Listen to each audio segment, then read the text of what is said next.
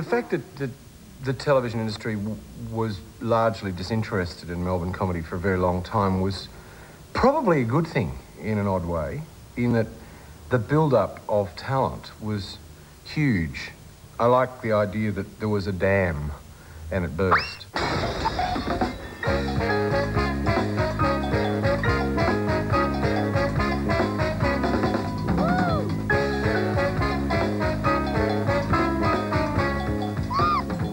Now we have a situation where comedy programs on television are an integral part of the programming of Australian television, as they are in the rest of the world.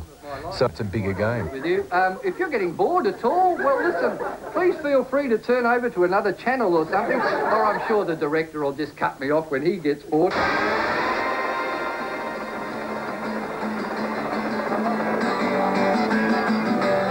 lost my job and my wife did too. Who? Bloody Jeff. I can't catch a tram, don't know what to do. Bloody Jeff. Jeff Kennett's responsible for everything that goes wrong. You might think we're making it up, but the list goes on and on. I'd like to do some impressions. Snow. Big snow. My impression of a hailstorm.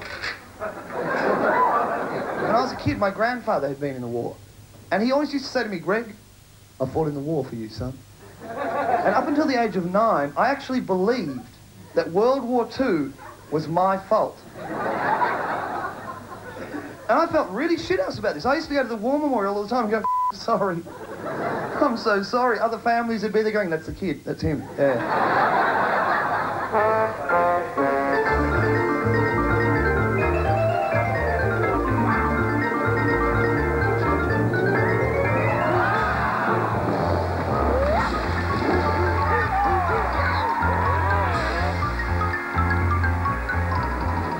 The Melbourne Comedy Festival celebrates the fact that this city has quite a rich, diverse comedy tradition that ranges from absolute ragbags to major commercial stuff.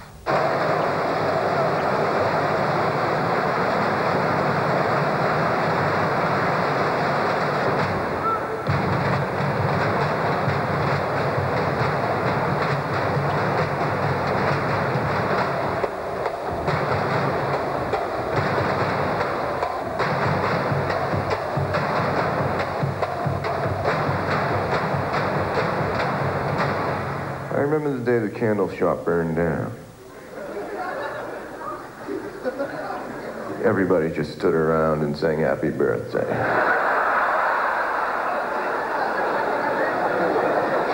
Our guest of honour, would you please welcome Ernie Dingo?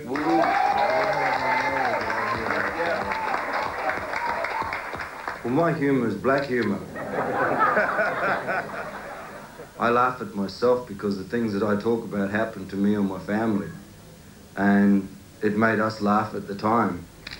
My favourite definition of comedy is, and normally one would run a million miles from any such thing, is by Mel Brooks, who says that tragedy is when I cut my finger, comedy is when you walk into an open sewer and die.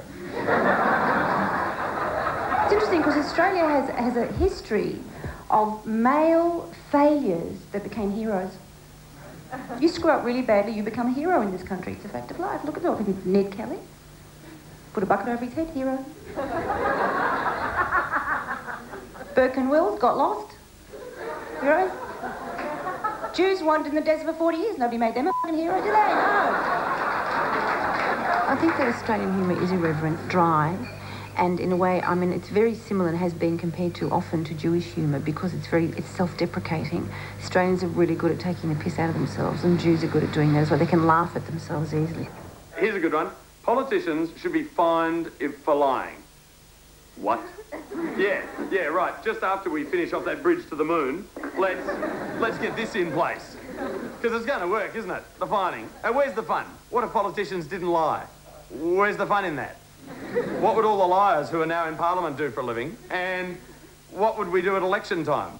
Standing around going, no, it's no fun anymore. What you vote for is what you get. As there is an Australian style of just about everything, I suspect there's an Australian comedic style, and lots of people have talked about, oh, we're knockabout, roustabouts. Oh, I don't know. And I've got a feeling that that's an outdated view of what we are, just like, you know, Australians are all lean in the saddle, squinting into the distance, yelling, "Get away behind."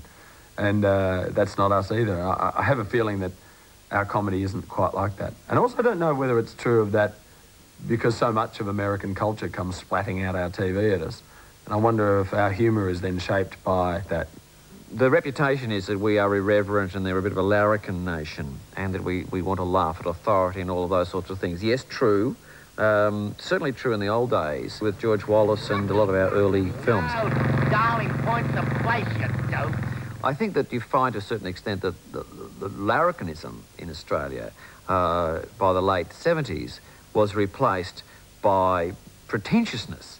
I think something quite different. Suddenly you've got a generation of people who are all experts on politics and experts on everything, and we've got quite a different sort of comedy there. Did you know that when you put a male rat and a female rat in a cage, at first they fornicate every 10 minutes. After a month, once a week. Then, when they replace the female rat with a new female rat, the male rat fornicates every 10 minutes again. Which just goes to show you what rats men are. I suspect that the comedy that's grown up over the last 20 years has given a voice and a vision to a whole nation of people.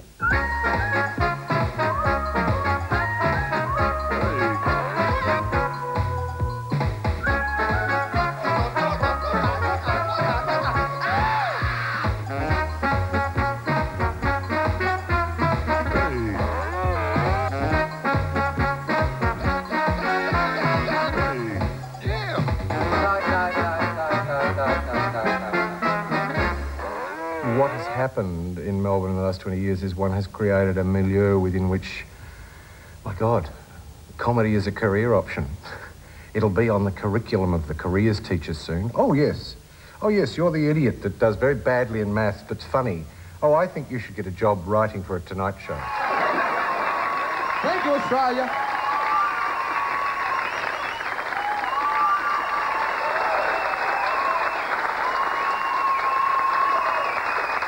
Keep finding it funny. It makes our lives easier.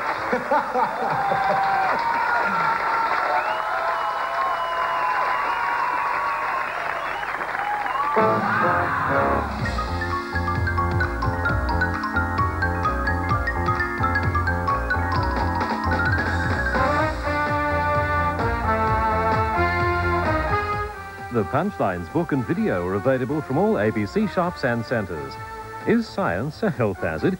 Find out in our ABC special next week when Lex Marinos, Gene Kitson, Philip Adams and more sharpen up their arguments for World Series debating next Wednesday night at 8:30. Coming up, Attitude.